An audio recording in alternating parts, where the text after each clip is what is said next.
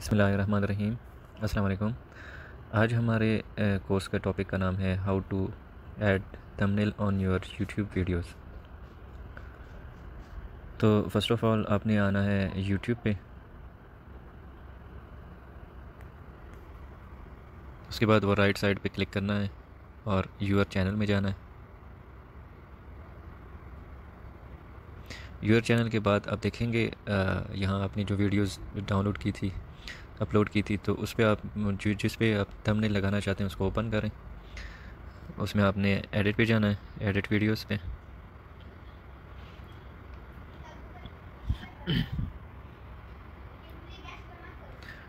तो यहाँ आप देखेंगे जिस वीडियो का आप थंबनेल चेंज करना चाहते हैं या जिस पे थंबनेल लगाना चाहते हैं, नीचे आप देखेंगे थंबनेल लिखा हुआ है। तो यहाँ पे आपने करना है, यहाँ पे या चेंज या फिर आपने नया जो अपलोड किया हो अपलोड करना है।